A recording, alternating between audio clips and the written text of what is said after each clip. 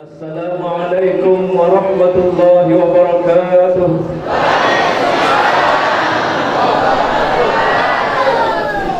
Falillahil hamdu rabbis samawati wa rabbil ardi rabbil alamin.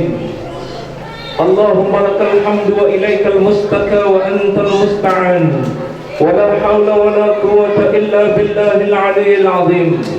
Ya nuras samawati wal ard, ya qayyumas samawati wal ard, ya zaidas samawati wal ard, ya samadas samawati wal ard, ya jamalas samawati wal ard, ya qiyasal mustaqisin, ya zal jalali wal ikram.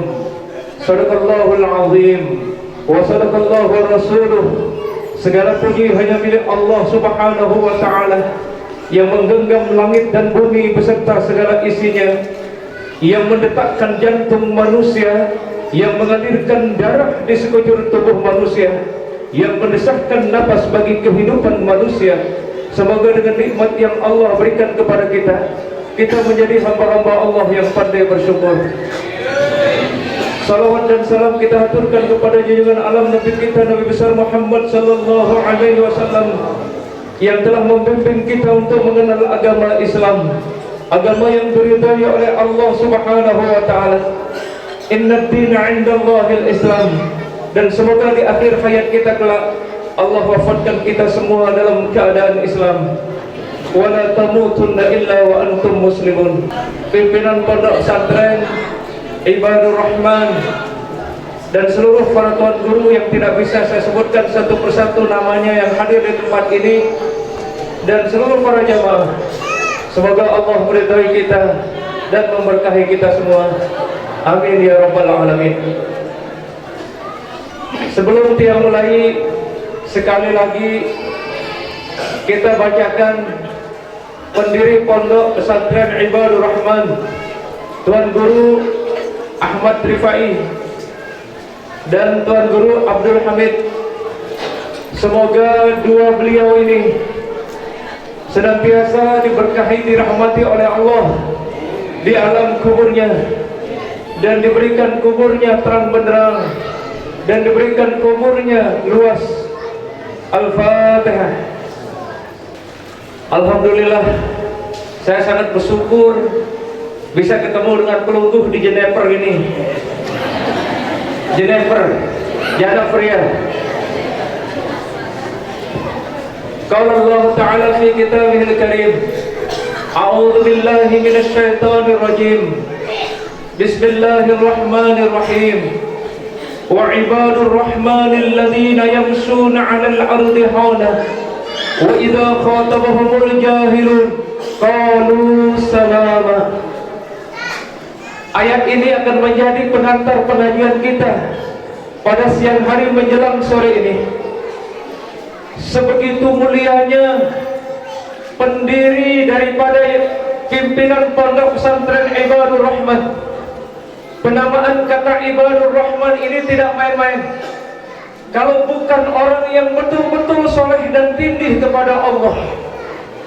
Karena kalimat Ibadur Rahman itu adalah pemberian Allah subhanahu wa ta'ala.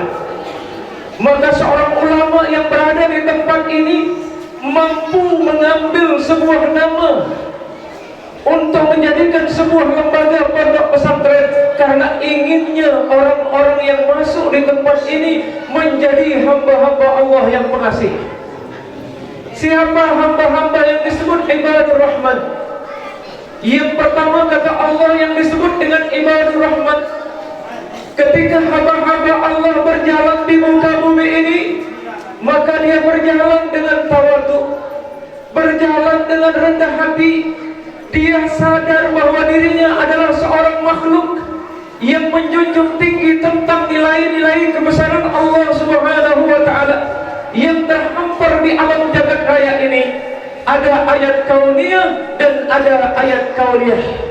Ayat kauniyah adalah sawah-sawah yang ada di pinggir pondok pesantren, yang selalu terukir di benak para pendirinya untuk mengantarkan kita mengenal ayat-ayat kauniyah yang terhampar luas di depan, di samping, di belakang kita. Yang kedua, ada yang disebut dengan ayat kauniyah, yakni ayat-ayat Allah yang tertulis di dalam Al-Quran, yang dimulaikan dari surat Al-Fatihah dan diakhiri dengan surat An-Nas, terdiri dari 114 surat, 1.027.000 huruf. Nah, yang pertama adalah sosok ibadur rahman ini luar biasa, yang terambil di dalam Al-Quran surat Al-Furqan ayat 63, di mana Allah menyebutkan siapa sosok ibadur rahman. Ibadur rahman itu kalau dia berjalan di muka bumi, dia selalu merendah. Dia selalu merendah. Rendah hati bukan rendah diri. Ingat, beda rendah hati dengan rendah diri. Kalau rendah hati itu artinya sifat-sifat mulia yang ditampilkan. Tapi kalau rendah diri, dia menghinakan dirinya sendiri. Bagaimana sifat-sifat rendah hati, kemuliaan manusia, Allah sebutkan di dalam surat ini. Laqad khalaqnal insana fi ahsani taqwim.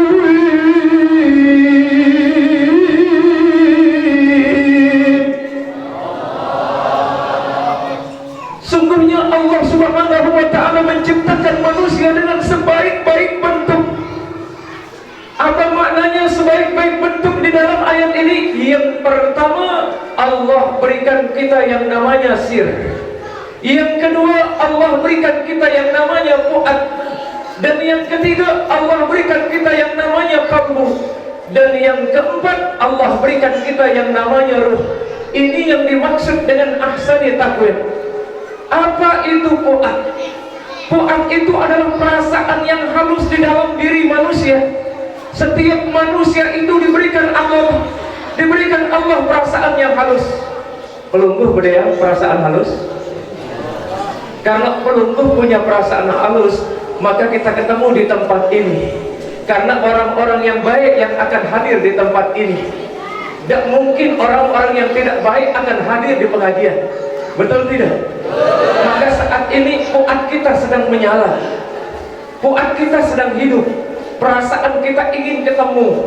Saya dari Kalayu ketemu dengan saudara-saudara tiang di Janapria ini, itu karena fuad kita nyambung. Perasaan halus kita nyambung. Siapa yang menyetel perasaan halus kita? Tidak ada lain kecuali Allah Subhanahu wa ta'ala. Lalu yang kedua, ada sir. Sir itu adalah perasaan rahasia yang ada di dalam diri manusia. Itu sebabnya di dalam kitab Sirul Asrar oleh Syekh Abdul Qadir Jalani, dan disebutkan juga di dalam kitab Mutasyafatul Qulub oleh Syekh Ihya Ulumuddin, dalam kitab Imam Ghazali Ihya Ulumuddin dan Mutasyafatul Qulub, ada yang disebut di dalam hati manusia itu sir. Makanya Allah mengatakan, aku itu adalah rahasia dan manusia itu adalah rahasiaku. Ketika rahasia ketemu dengan rahasia, maka berhimpunlah menjadi satu. Maka Allah memberikan satu di dalam diri kita, kesempurnaan manusia, karena Allah letakkan sir di dalam hati manusia. Dan hanya yang tahu sir itu kita dan Allah sendiri. Makanya Allah katakan di dalam Al-Quran, Inna Allah alimun bidhatis sudur.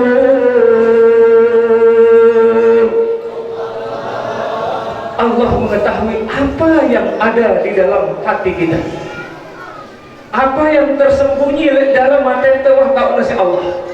Sebelum kita ucapkan, sindikman tersebut sudah Allah tahu semuanya. Makanya di situ ada rahasia. Cari Allah itu di dalam rahasia diri kita, dan Allah akan menemukan diri kita di dalam keadaan rahasia. Makanya lahirlah tarekat Qadariyah Lahirlah tarekat Naqsabandiyah. Siapa pelopor tarekat Qadariyah? Syekh Abdul Qadir Al-Jilani. Kemudian siapa pelopor tarekat Naqsabandiyah? Syekh Bahauddin An-Naqsabandi. Ada 42 tarekat yang muktabar di seluruh dunia ini. Ada di antaranya yang terkenal di Indonesia ini hanya 2. Tarekat Qadariyah dan Naqsabandiyah yang paling populer. Kemudian ada tarekat Tijaniyah. Kemudian ada tarekat Khulwatiyah. Kemudian ada tarekat Sanusiyah. Kemudian ada tarekat Rifadiyah. Dan semua banyak tarekat-tarekat yang lain yang tidak bisa kita sebutkan satu persatu. Itu artinya bahwa untuk menyingkap tirai siapa sesungguhnya manusia itu. Manusia itu siapa, mau kemana, dan untuk apa.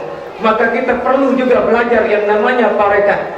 Perlu kita juga belajar yang namanya hakikat. Dan perlu kita juga belajar yang namanya ma'rifat. Untuk kita bisa siapa diri kita, mau kemana, dan untuk apa. Kita akan kenal siapa sang pencipta di balik semua alam jagat raya ini. Salah satu contoh, pelunggu menanam biji nangka. Pernah perhatikan berapa yang pelunggu tanam?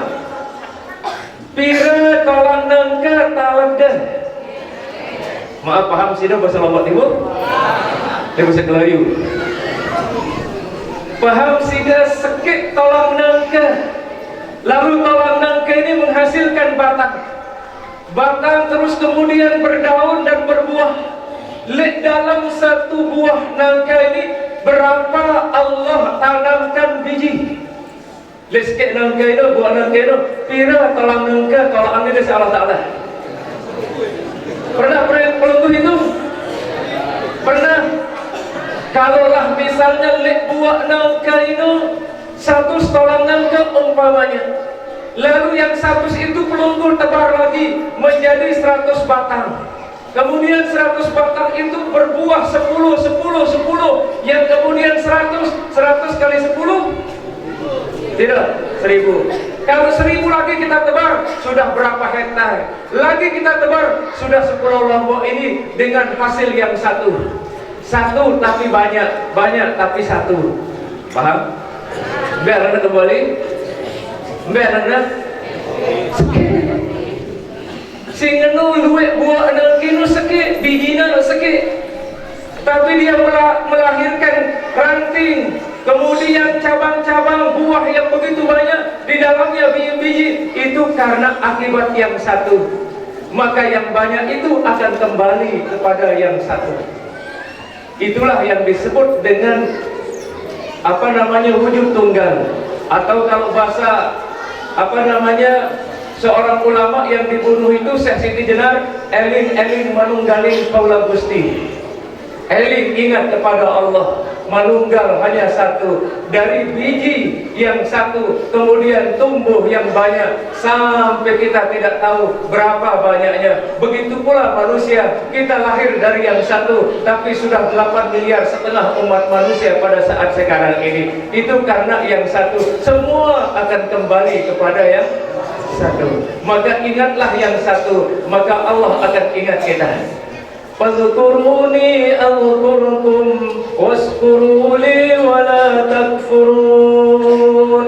Ingatlah aku, niscaya aku ingat kepadamu, dan bersyukurlah, jangan kalian kufur. Kalau kita semakin ingat kepada Allah, maka Allah akan mengingat kita. Tapi sebaliknya, kalau kita tidak mengingat Allah, maka Allah juga akan melupakan kita. Wala takunu kalladzina nasullaha wa ansahum anfusahum ulaika humul fasiqun. Ada orang-orang yang lupa kepada Allah Subhanahu wa taala, dan kemudian Allah membuat dia menjadi lupa terhadap dirinya. Maka inilah termasuk orang-orang yang fasik, dan ini sangat berbahaya bagi kehidupan kita manusia. Kalau melupakan Allah, maka Allah akan membiarkan kita terlantar sendirian di muka bumi ini. Lalu kemana kita mohon pertolongan? Lalu kemana kita mengadu? Lalu kemana kita melangkah? Satu jengkal yang kita lewati, satu jengkal yang kita melangkah, semuanya bumi Allah. Makanya Allah di dalam hadis qudsi katakan, andaikan ada hamba-hambaku yang tidak reda terhadap keputusanku, yang tidak reda terhadap ketentuan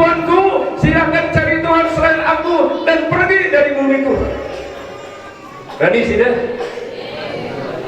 Mbe anang ternyata Allah Ta'ala. Mbe anang ternyata dengan bumi sini. Saya akan bumi. Saya akan bumi. Manusia tidak tahu nah. Semua kita sudah difasilitasi oleh Allah dengan nikmat yang luar biasa. Tadi dong kita tahu ya. Tahu tadi dong. Tadi telinga tahu. Tahu. Denara. Makanya Allah ingatkan kita di dalam Al-Quran surat Ar-Rahman. Fabi ayyi ala'i rabbikuma tukadziban. Nikmat yang mana yang kalian dustakan? Ayat ini berulang kali Allah sebut sampai 31 kali mengingatkan kepada kita. Sebenarnya ilah kita untuk baca surat Ar-Rahman. Ilah itu kumbikna telung dasa sekik kali kita pesajain si Allah Ta'ala. Lagu denara ilah dah. Semua nikmat yang Allah berikan kepada kita, dari ujung kuku sampai ujung rambut, semuanya. Bernapas kita dalam 1 jam itu 180 kali kita bernapas dalam 1 jam. Muna 24 jam kira kali 180 kali 24 jam berapa? Hitungan kita dulu. 110 kali 24 jam. Itu pernapasan teh sejero sekelam. Hitung. Dek, hitung dulu pakai kalkulator. 4.320. 4.320 itulah kali kita bernapas dalam sehari semalam itu. Dalam 1 jam kita mengeluarkan napas itu 180 kita bernapas. Kalau pelunggu beli, lihat orang yang sesak napas di rumah sakit, kalau hanya 1 tabung itu harganya 750, terus habis dalam 1 hari, sudah berapa uang yang kita keluarkan hanya membayar napas ini. Dari sejak kita keluar dari perut ibu kita yang diberikan oleh Allah napas, berapa uang yang harus kita siapkan sampai sekarang ini yang umurnya 60 tahun, berapa triliun uang yang harus disiapkan. Apakah kita mampu membayar satu nikmat Allah yang berupa napas? Mampu tidak? No. Maka betapa mahalnya nikmat napas yang diberikan oleh Allah. Maka jadikan napas ini turun naik untuk menyebut Allahu Allahu Allahu Allahu Allahu. Maka kelak napas ini akan menjadi saksi di hadapan Allah. Napas yang diberikan oleh Allah ini tidak hanya sekedar kita diberikan, akan tetapi nanti diminta pertanggungjawaban. Kita gunakan napas ini untuk apa? Kemudian darah yang selalu mengalir di sekujur tubuh kita ini. Darah ini mahal. Coba lihat orang yang cuci darah. Sekali cuci darah dia harus mengeluarkan uang 8.500.000, belum 1,5 juta sekali membisuk. Mahal tidak darah itu Bapak Ibu? Kalau kelebihan darah bagaimana kita kalau 220 darah kita? Awet atau drop? Awet atau drop? Syukur-syukur kalau drop, kalau awet selesai kita di dunia ini. Betul tidak? Apalagi kalau 300 darahnya. Karena tadi marah-marah, cek tensi ternyata 350. Habis itu tidak bisa bergerak tangannya. Cip. Akhirnya jadilah dia layar sentuh. Tahu layar sentuh? Mudik tegodet di Neliu. Apa godet bahasa Anda? Hah? Godet lah. Mudah-mudahan kepecah tahu bahasa Lombok Tengah. Karena ada pepatah Kelayu, lain jaya, lain garupok, lain basa, lain gubok. Betul? Betul? Makanya di Lombok ini ada dulu seorang peneliti yang bernama Kilprut, meneliti bahasa di Lombok ini. Setelah dia keliling Indonesia meneliti bahasa, ternyata sampai di Lombok dia stres. Kilprut ini nggak mampu meneliti bahasa di Lombok, karena nanti bahasa Lombok Tengah dengan Lombok Timur itu jauh beda. Bahkan di Lombok Tengah ada banyak bahasa-bahasa yang berbeda. Betul tidak? Lain di Lombok Timur saja, lalang jembatan. Di rumah tiang itu ada lalang jembatan. Orang dasar lekong bilang pingkura ke, ya begitu. Wah, dia dengar bahasa sini, bahasa Lombok Timur. Nanti di sampingnya ada desa Bemlai Tia. Padahal hanya batasnya jembatan. Mata Kilpurut ini adalah stres. Dia mengambil kesimpulan bahwa bahasa terbanyak di Indonesia adalah Lombok. Kita bersyukur jadi dengan Lombok. Menurut bahasa kita, alhamdulillah kita aman. Mengenai Lombok ini terambil dari kata Lombok. Lombok itu lurus. Dengan Lombok ini lurus-lurus ya jamaah-jamaah. Dekat-dekat tempat kereng ini iya wah dengan Lombok itu. Si asli wah dengan Lombok. Tapi walaupun dengan Lombok itu ada 3 gelar Lombok yang diberikan oleh para ulama luar. Si pertama, Lombok ini digelari dengan 1000 pulau masjid. Bahkan kita di Lombok ini banyak masjid, bukan 1000, 5560 masjid. Kalau di Lombok Timur itu, khusus Lombok Timur, jumlahnya 1460 masjid. Ini keseluruhan di Lombok ini 5600 berapa tadi? Berapa? 5660 masjid. Luwih tidak? Di mana terhitung musola-musola? Sebegitu banyaknya, makanya dikenal dengan 1000 pulau masjid. Yang kedua, Lombok ini digelari dengan 1000 para wali. Apa buktinya 1000 para wali? Kalau kita keliling di Lombok Tengah ini saja, di pinggiran-pinggiran pantai ini banyak wali-wali yang meninggal dunia, yang dulu menyebarkan agama Islam di Lombok Tengah. Di tengah-tengah kota di sini banyak para wali-wali terdahulu. Makanya kalau orang luar menyebutnya 1000 pulau wali. Kemudian yang ketiga, Lombok ini digelari dengan Serambi Masjidil Haram. Telu gelar Lombok, sungguh luar biasa. Makanya pernah tiang bawa ulama Banten keliling di Lombok Tengah ini mencari masjid-masjid tua.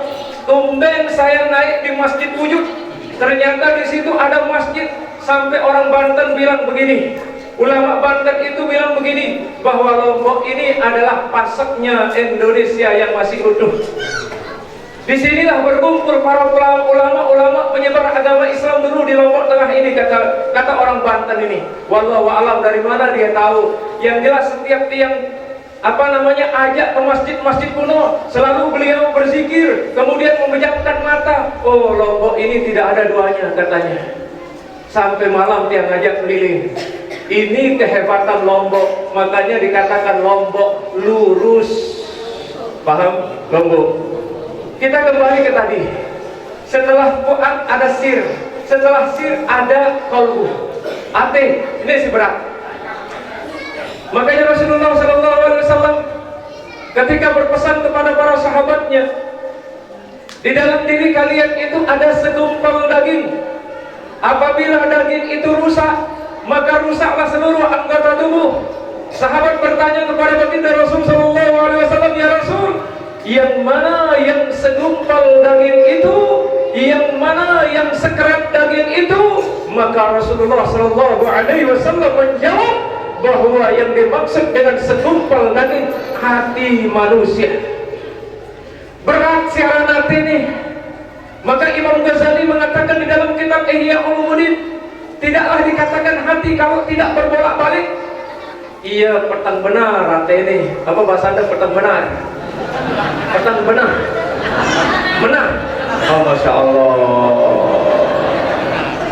Menah. Orang kita tiang lain sepanduk menah tandur, menah apa karena ini?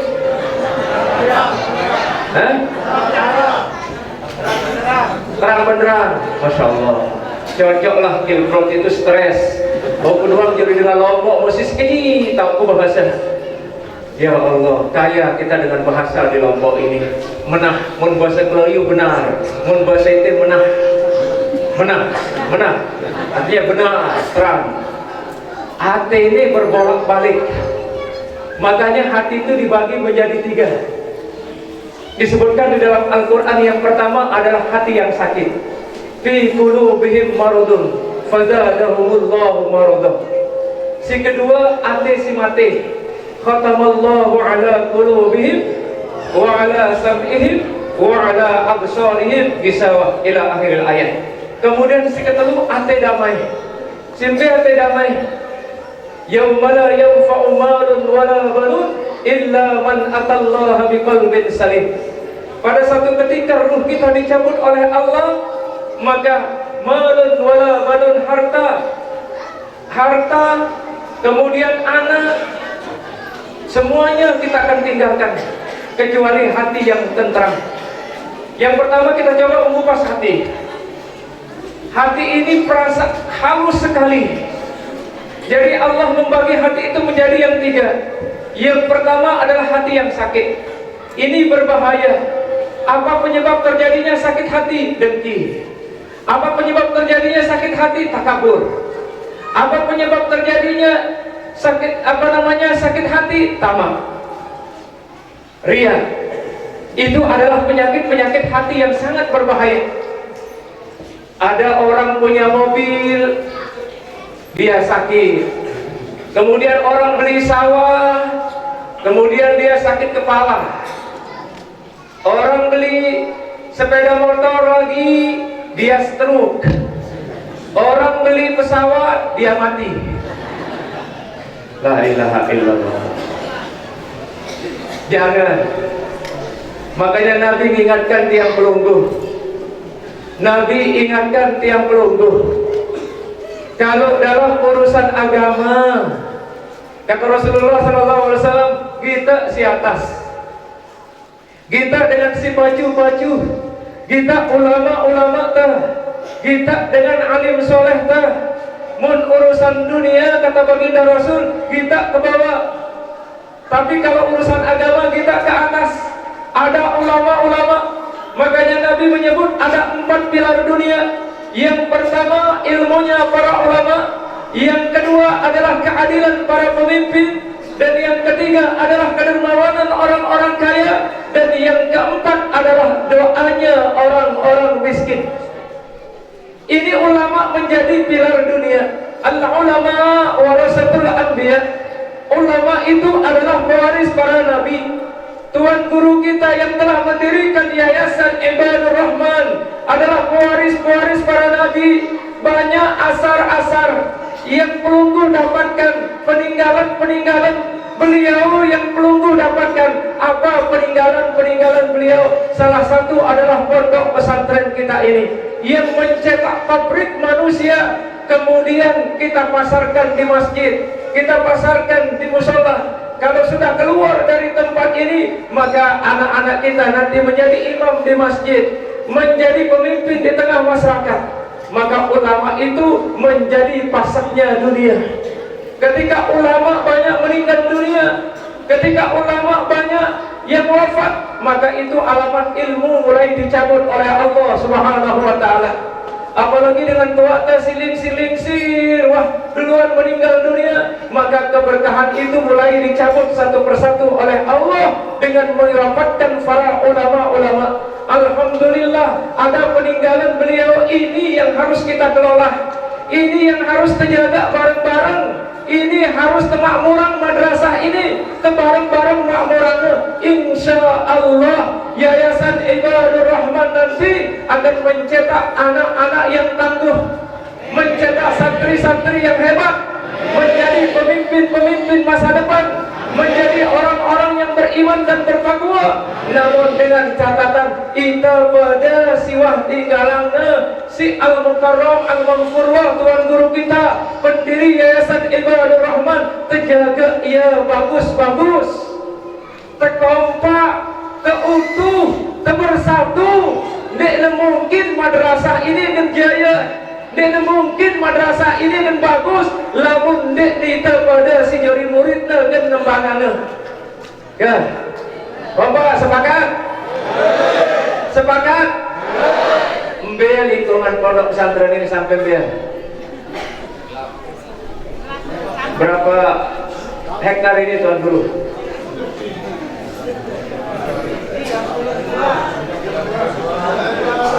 32 arah. Walaupun ini hanya 32 arah, tapi insya Allah dengan berkat doa Tuan Guru Ahmad Rifai ini, insya Allah tempat yang kecil akan melahirkan orang besar. Boleh kita orang Jeneper, tapi otak kita London. Boleh kita orang Jeneper, tetapi hati kita Ka'bah. Berapa banyak orang yang lahir di pelosok-pelosok tapi jadi presiden? Berapa banyak orang yang lahir di pelosok jadi gubernur? Berapa banyak orang lahir dari pelosok jadi bupati? Berapa banyak orang lahir dari pelosok tapi jadi ulama besar? Yakin beruntung? Jangan pernah pesimis dengan keadaan yang 32 arah. Tapi yang 32 arah, kalau kita benar-benar kompak dan serius menjalankan amanah Tuan Guru Ahmad Rifai ini, insya Allah akan lahir bibit-bibit dari tempat ini.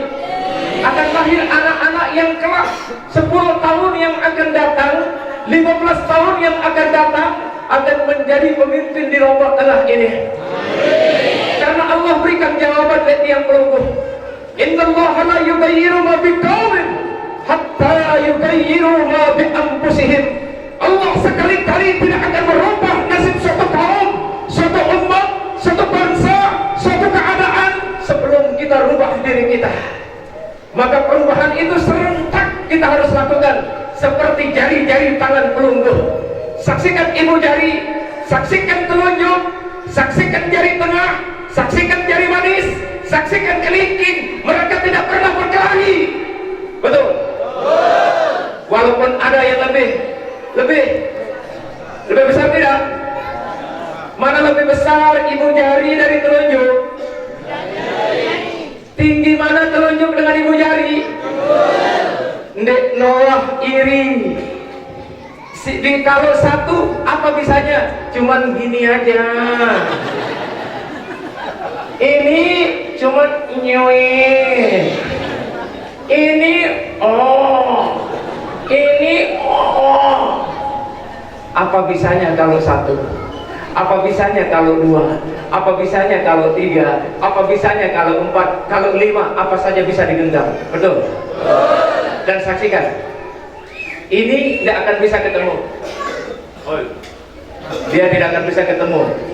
Perutnya tidak akan bisa ketemu. Tapi inilah yang akan mensatukan 4 perut ini. Cet, cet, cet, cet. Betul tidak? Maka belajarlah jari-jari tangan kita. Belajar jari-jari tangan kita. Kembali kepada yang satu. Satu akan menyatukan yang 4. Betul? Kalau ini tidak bisa. Mungkin sudah melakukan taruh pola komandan. Sebentar. Sekali lagi. Bisa nggak? Tidak bisa. Jangan dipaksa, nanti patah. Tidak ada dipakai mata nanti. Oh, coba. Tidak bisa. Kalau ini simbol persatuan. Tak, tak, tak, tak. Betul. Pernah iri nggak satu sama lain ini? Pernah nggak? Tidak pernah. Kita diajarkan oleh Allah dari jari-jari tangan kita. Ini adalah simbol kekuatan tauhid. Ini simbol kekuatan tauhid. Makanya dulu ketika almarhum Nenek Tuan Guru Tretetet, waktu dia meninggal, dia bukan tretetet tapi tarekat. Lagu Mah Kedung dengan Lombok nyebut dia dengan tarekat apa? Tretetet dia nyaram tretetet. Dia nyaram tretetet. Apa kena tretetet itu? Tarekat.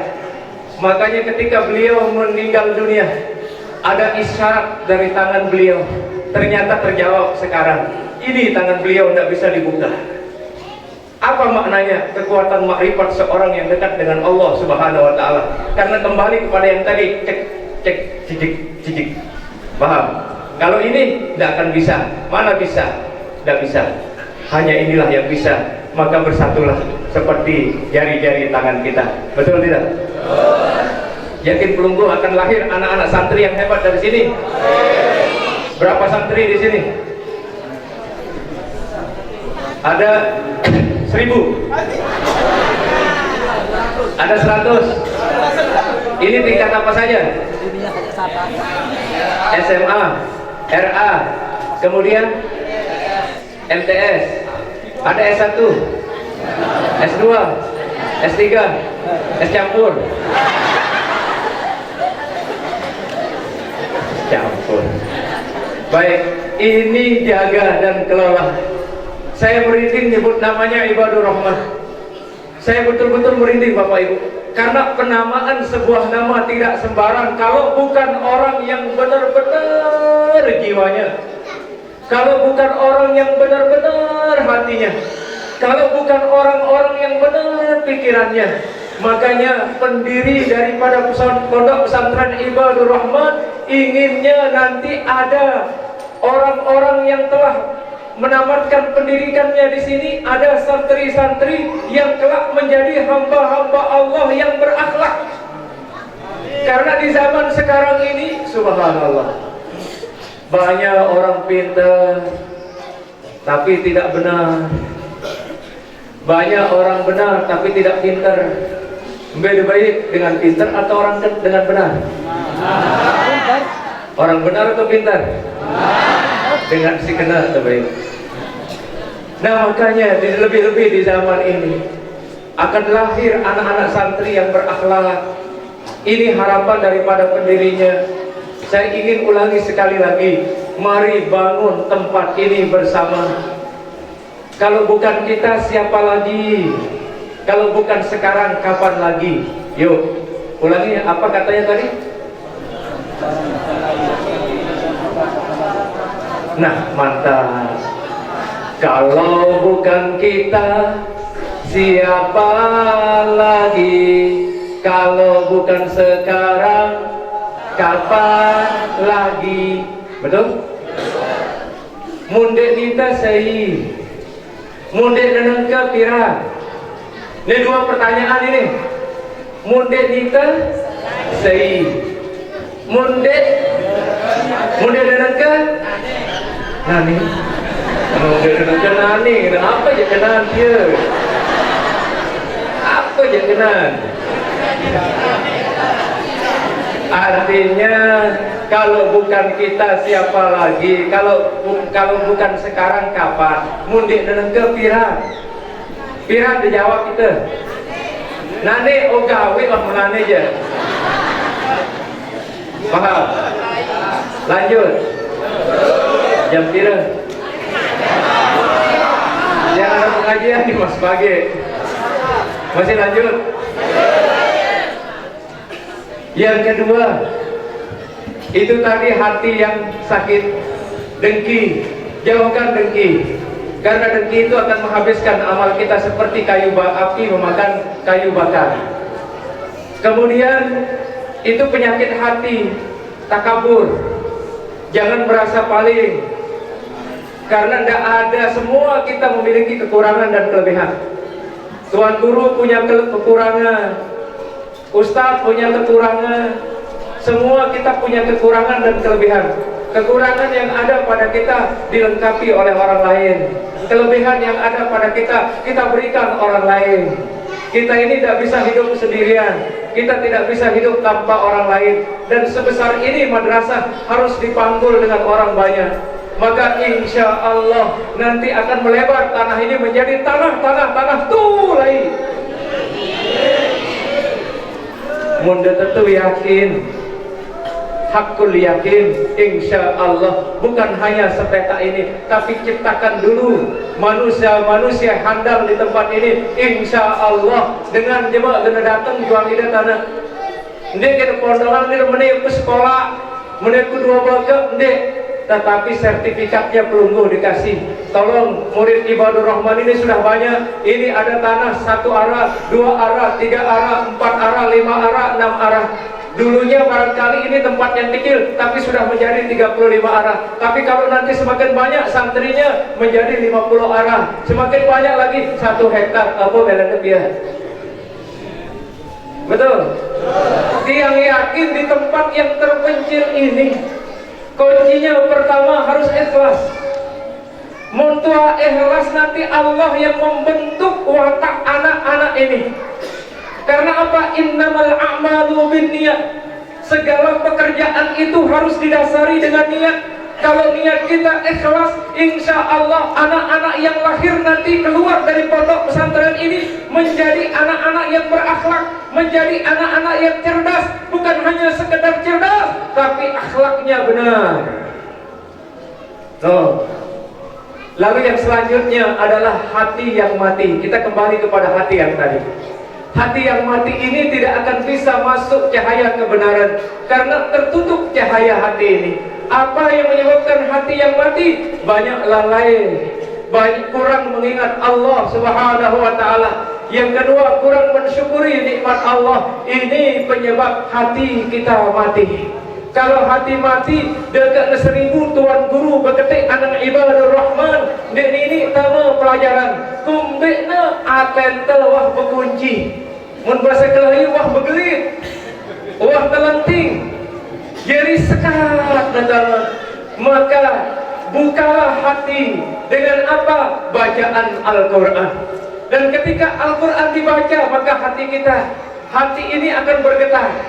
Hati ini bergetar. Innamal mu'minuna alladzina idza dzukirallahu wajilat qulubuhum wa idza tuliyat alaihim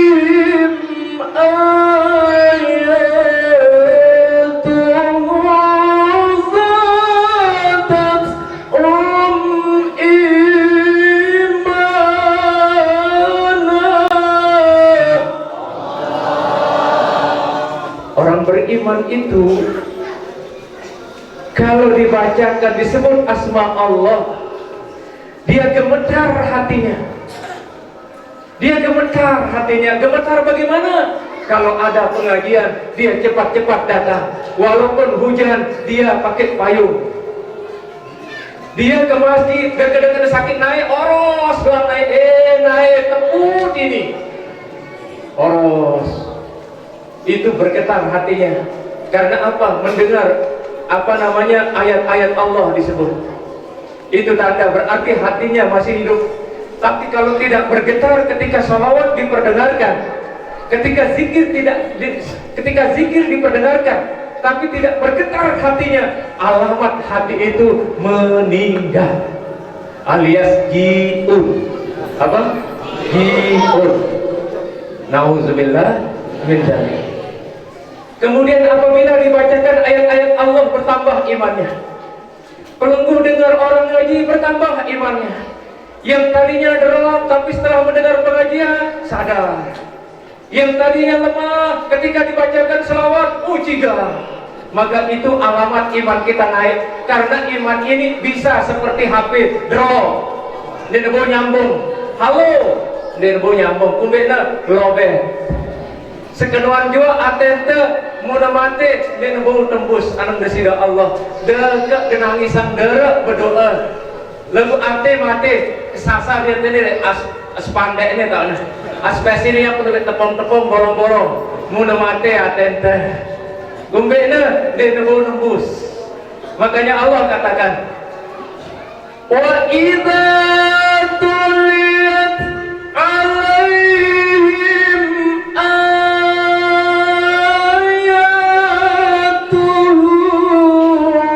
zadatuhum imana. Dengan si baca Quran, dia selalu bertambah imannya, semakin senang. Beda mau berdangdut kira-kira bertambah imannya. Lirikan matamu menarik hati, oh senyumanmu manis sekali, sehingga membuat hatiku tergoda. Oh senyumanmu manis sekali, dang ding ding nene, Bergetar enggak? Bertambah iman peluru enggak? Apa yang membuat bertambah? Kepanasan itu. Betul? Nah, kalau ayat-ayat Al-Quran dibaca adem, kalau dangdut-dangdut siap. Betul? Kemudian yang ketiga, orang beriman itu bertawakal kepada Allah. Dia selalu menyerahkan segala urusannya kepada Allah, karena kita tidak berdaya sebagai manusia. La haula wala quwwata illa billahil aliyyil azim. Kemudian yang ketiga adalah hati yang damai. Ini yang kita cari. Bagaimana hati yang damai ketika kita meninggal dunia? Tiang meninggal dunia nanti, pelungguh meninggal dunia, dipanggil oleh Allah, ya ayyatuhan nafsul mutmainnah irji'i ila rabbiki radiyatan mardiyah fadkhuli fi ibadi wadkhuli jannati. Jiwa-jiwa yang tenang, jiwa yang tenang dipanggil oleh Allah. Menurut para ulama menafsirkan ayat ini, yang dimaksud dengan jiwa yang tenang adalah jiwa yang di dalamnya bergelora iman dan takwa. Dan inilah yang menjadi penilaian di hadapan Allah. Allah tidak melihat kita, muka kita, wajah kita, kaki kita, perut kita, jubah kita, selendang kita. Innallaha la yanzuru ila suwarikum walakin yanzuru ila qulubikum wa a'malikum. Allah tidak melihat bentukmu. Kita mau cebol, mau buntet, mau tinggi, mau kecil, mau apa lagi? Oh, Bu, ya, tidur Bu, Pak, oh semangat bapak-bapak. Ibu mengantuk. Jadi kembali kepada yang tadi. Ketika jiwa kita dipanggil oleh Allah, pastikan jiwa kita dalam keadaan tenang. Jiwa yang di dalamnya adalah iman takwa. Dan Allah tidak melihat bentuk kita, rupa kita, akan tetapi yang menjadi penilaian di sisi Allah adalah hati dan amal perbuatan kita. Paham Bapak Ibu? Tinggal satu. Ciri-ciri ibadur Rahman. Yang pertama tadi, kalau dia berjalan di muka bumi ini, dia tawadu. Saya barang bedait, ia demen doang. Dia dulu memalingkan muka. Dia kembali. Wah, aku jadi pejabat. Oh, berarti bukan ibadur Rahman. Karena Allah menyebutnya, wa ibadur Rahmanil ladzina yamsuna 'alal 'ardi khana wa idza khatabahumul jahiluna qalu salama. Yang dikatakan ibadur Rahman, kata Allah Subhanahu wa ta'ala, ketika hamba-hambaku berjalan di muka bumi, dia tawadu. Ketika ada orang-orang bodoh, kata Allah Subhanahu wa ta'ala, mencela dia, mencaci dia, menghina dia, maka dia katakan salama. Qalu salama. Salam, selamat, selamat. Tidak pernah dia balas cacian orang itu, tidak pernah dia balas makian orang itu. Makanya pendiri di sini memberikan ibadur Rahman supaya kita kuat menghadapi cobaan dan tantangan yang silih berganti mewarnai tempat ini. Maaf Bapak Ibu, karena namanya berat ibadur Rahman ini, pasti banyak tantangan di tempat ini.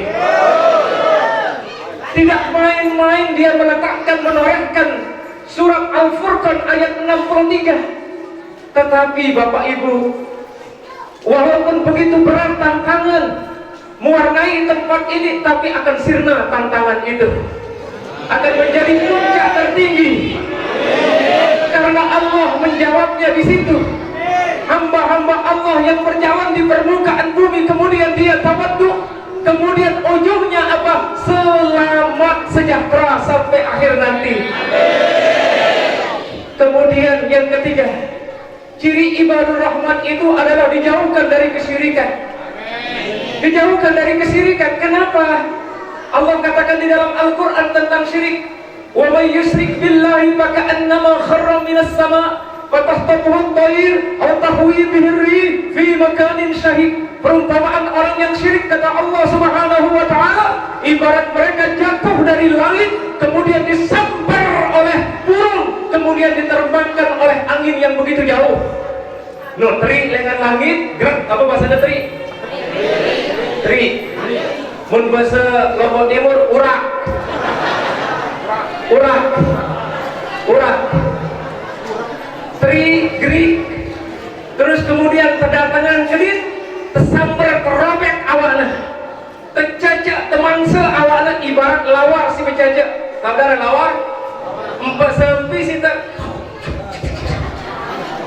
hidup kena lawar, lawar bersama Pak Timur. Lain rarit, mun rarit je tetotok, mun lawar je cacak, totok cacak. Rarit itu ditotok, lawar itu dicacak. Maka ada orang yang jatuh dari langit, orang yang syirik yang jatuh dari langit itu kemudian didatangkan burung oleh Allah, kemudian dicacak, dirobek, ditotok sama burung itu, lalu Allah menerbangkan dia, mendatangkan angin besar, lalu kemudian diterbangkan oleh orang itu ke tempat yang sangat jauh. Itu ibadur rahman, jauh dari kesyirikan. Yang keempat ciri ibadur rahman yang Allah sebutkan di dalam surat Al-Furqan, dia senantiasa menyisihkan rezekinya. Orang yang ibadur rahman itu adalah orang yang berani menginfakkan, dan itu termasuk orang-orang yang bertakwa. Alladzina yunfiquna bis-sarra'i wad-dharra'i wal kaadhimina al-ghaiz wal 'afina 'anil nasi wallahu yuhibbul muhsinin. Tanda orang bertakwa itu adalah menginfakkan hartanya baik di waktu lapang maupun waktu sempit, dan senantiasa memaafkan kesalahan orang lain. Ini tidak main-main nama ini, sekali lagi ukir nama ini di dalam jantung pelungguh. Karena ibadur rahman ini adalah pemberian dari Allah di dalam Al-Quran surat Al-Furqan. Maka seorang ulama kita yang dua ini istiharah sebelum menentukan nama, maka jatuhlah namanya ibadur rahman. Maka kriteria ibadur rahman itu harus dimiliki oleh orang-orang pondok yang tadi. Ketika dia berjalan di muka bumi ini, dia rendah hati, kemudian senantiasa menebar kedamaian di muka bumi. Apapun organisasinya, apapun partainya, apapun keadaannya, tapi tetap damai bersama siapapun. Terima kasih atas segala perhatian. Burung Kirian, burung cendrawasih, sekian dan terima kasih. Kalau ada jarum yang patah, jangan simpan dalam laci. Kalau ada kata Kusairi salah, jangan masukkan di dalam hati. Wa ma taufiqi illa billah, alaihi tawakkaltu wa ilaihi unib. Assalamualaikum warahmatullahi wabarakatuh.